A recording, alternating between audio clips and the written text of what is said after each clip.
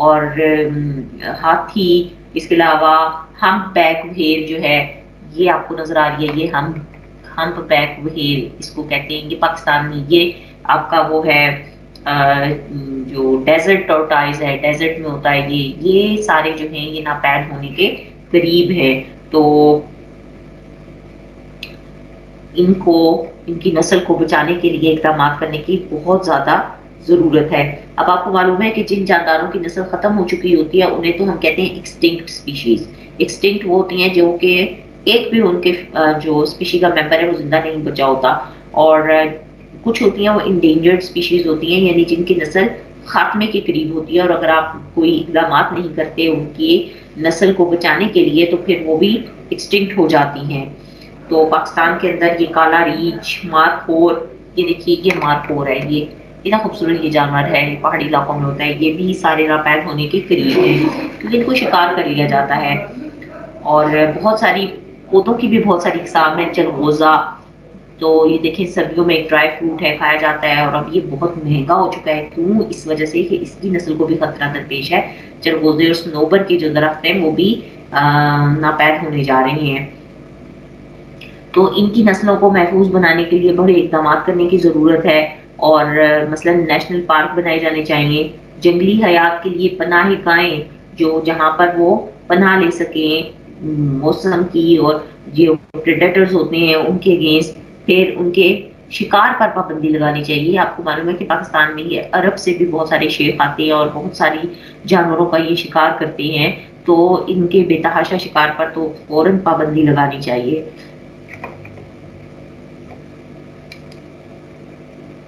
یہ دیکھیں ٹسمینین ٹائیگر، یہ بھی ناپید ہونے کے قریب ہے، یہ دیکھیں کتنے خوبصورت خوبصورت جانور ہیں جو کہ ناپید ہو رہے ہیں، یہ ہم بیک وہیل اسے کہتے ہیں، اور اس کی بھی نسل کو شدید خطرہ لاحق ہے۔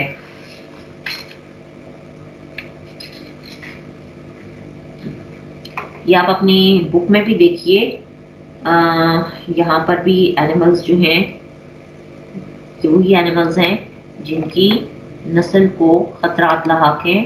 یہ دیکھیں پانڈا، اس کو بھی یہ ایکسٹنکٹ ہونے جا رہا تھا لیکن اس کے لیے بڑے اقدامات کیے گئے ہیں، تو ابھی یہ ایکسٹنکٹ تو نہیں ہوا لیکن یہ انڈینجرڈ اسپیشیز ضرور ہے ابھی بھی۔ یہ ہے صحرائی کچھوا، اس کو بھی شدید خطرات لاحق ہیں، چند ہی بچے کھچے یہ آپ کو نظر آئیں گے۔ تو یہ کچھ وہ والی اسپیشیز ہیں جو کہ ناپید ہونے جا رہی ہیں، اور ان کے لیے بچاؤ کے لیے اقدامات کرنے کی بہت ضرورت ہے۔ اب ہم یہ دیکھیں گے کہ بایو ڈائیورسٹی کے انسان کی زندگی پر کیا اثرات ہیں، جب اتنی زیادہ بایو ڈائیورسٹی ہے اور انسان اس کے اوپر کس طرح سے اثر انداز ہو رہا ہے۔ تو آپ کو معلوم ہے کہ سب سے زیادہ جو بڑا فیکٹر ہے وہ تو انسانی آبادی ہے، جس میں روز بروز اضافہ ہی ہوتا جا رہا ہے، اور ابھی جو ریسنٹ جو اندازہ ہے اس کے مطابق اب دنیا کی 2020 میں جو آبادی ہے وہ تقریباً 6 ارب ہے، ٹھیک ہے؟ تو اب ظاہر ہے اتنے 6 ارب لوگوں کو کمپیٹ کرنا ہے انہی ریسورسز پر جو کہ اتنے ہزار سال سے انسان کے پاس اسی ایک پلانٹ کے اوپر جو ریسورسز ہیں ان ریسورسز کے لیے ان کو اب زیادہ کمپیٹ کرنا پڑ رہا ہے، تو اس لیے انسان جو ہے بایو ڈائیورسٹی کو مسلسل تباہ کر رہا ہے تاکہ وہ زندگی کی سہولیات حاصل کرنے کے لیے ذرائع تلاش کرے۔ تو قدرتی وسائل کا انسان جو ہے وہ بے جا استعمال کرتا ہے، سمندروں میں مچھلیوں کا بے تحاشا شکار کرتا ہے، درختوں کی بے دریغ کٹائی کی جاتی ہے، اور جانداروں کے قدرتی مسکن کی تباہی، مثلا جب میں بتا رہی تھی کہ اربنائزیشن یا نئی آبادیاں بسانے کے لیے یا ایگریکلچر کے لیے جنگلات کو کاٹا جاتا ہے، کیونکہ ظاہر ہے جب آپ نے نئی آبادی بسانی ہے یا آپ نے زراعت کرنی ہے تو آپ کو کلیئر لینڈ چاہیے، درخت پھر کاٹے جاتے ہیں، لینڈ مطلب فصلیں اگانے کے لیے جگہ چاہیے ہے، یا گھر بنانے کے لیے جگہ چاہیے ہے، تو جنگلات کو کاٹ دیا جاتا ہے، اور مختلف قسم کی جو آلودگی پھیلا رہا ہے انسان، پانی کی، ہوا کی، زمین کی آلودگی، اس کے بھی ان کے بہت برے اثرات ان کے اوپر ہیں، جانوروں کے اوپر۔ پھر اوپر سے ان کا شکار کر لیا جاتا ہے انسان، ریکریشن کے لیے، فن کے لیے، ایڈونچر کے لیے وہ ان کا شکار بھی کرتا ہے۔ تو پودے اور جانور ماحول اور درجہ حرارت میں تبدیلیوں سے ظاہر سی باتیں متاثر ہوتے ہیں، اور انسان کی ان کاموں کی وجہ سے ماحول کے اندر آپ دیکھیں کہ بہت ساری تبدیلیاں آ رہی ہیں. آج سے 30-40 سال پہلے جو زمین کا درجہ حرارت تھا یا جو سردیاں اور گرمیوں کا جو آنا جانا تھا، ان کی جو ڈیوریشن تھی سردیوں کی گرمیوں کی، اور ان کے اندر موسموں کی شدت میں بہت زیادہ اضافہ ہو رہا ہے. اور یہ ساری ابھی 30 سال پہلے کے موسم کو اور ابھی کے موسم کو کمپیئر کریں تو بہت زیادہ فرق ہے. اور ابھی آپ دیکھیں کہ گرمی میں بہت گرمی کی شدت، سردیاں شدید سے شدید تر اور گرمی بھی شدید تر ہوتی جا رہی ہے.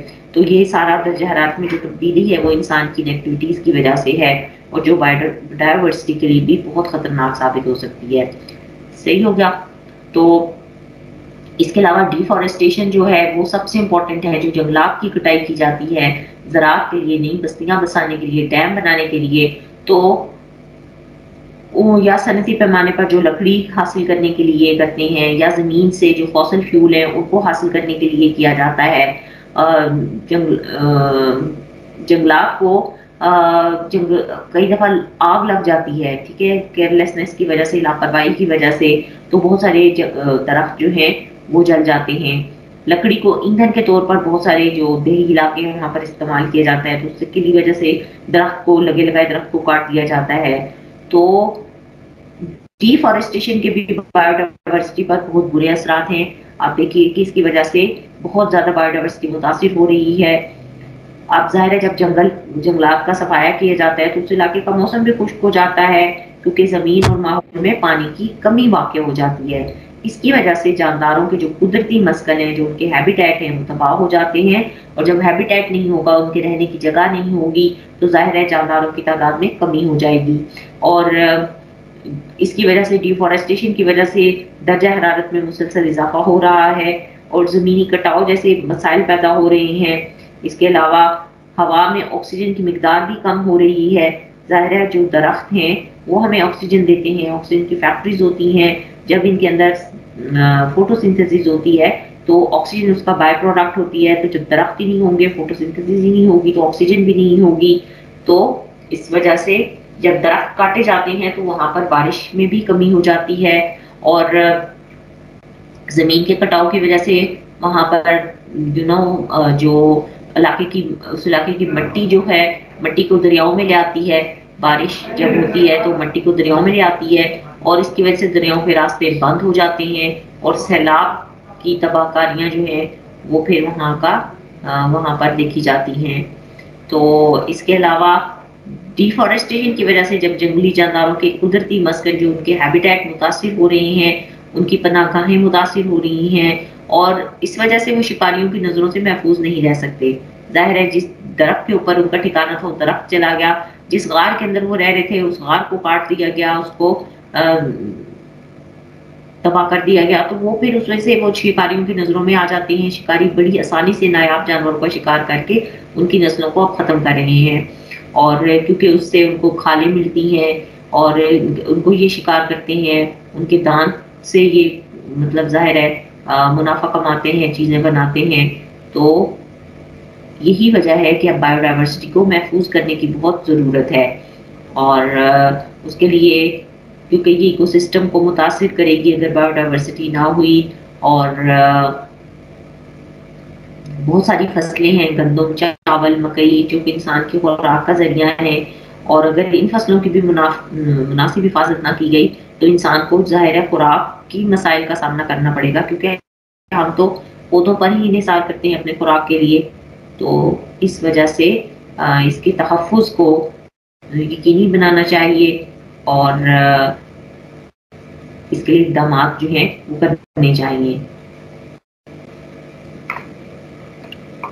تو آج کا لیکچر بایو ڈائیورسٹی کا، آج کا لیکچر ہم یہاں پر ختم کرتے ہیں. اس کے ساتھ ہمارا یہ چیپٹر بھی ختم ہو چکا ہے. تو مجھے امید ہے کہ آپ کو یہ سمجھ میں آیا ہے. اب اس کا ٹیسٹ دینا ہے آپ نے مجھے.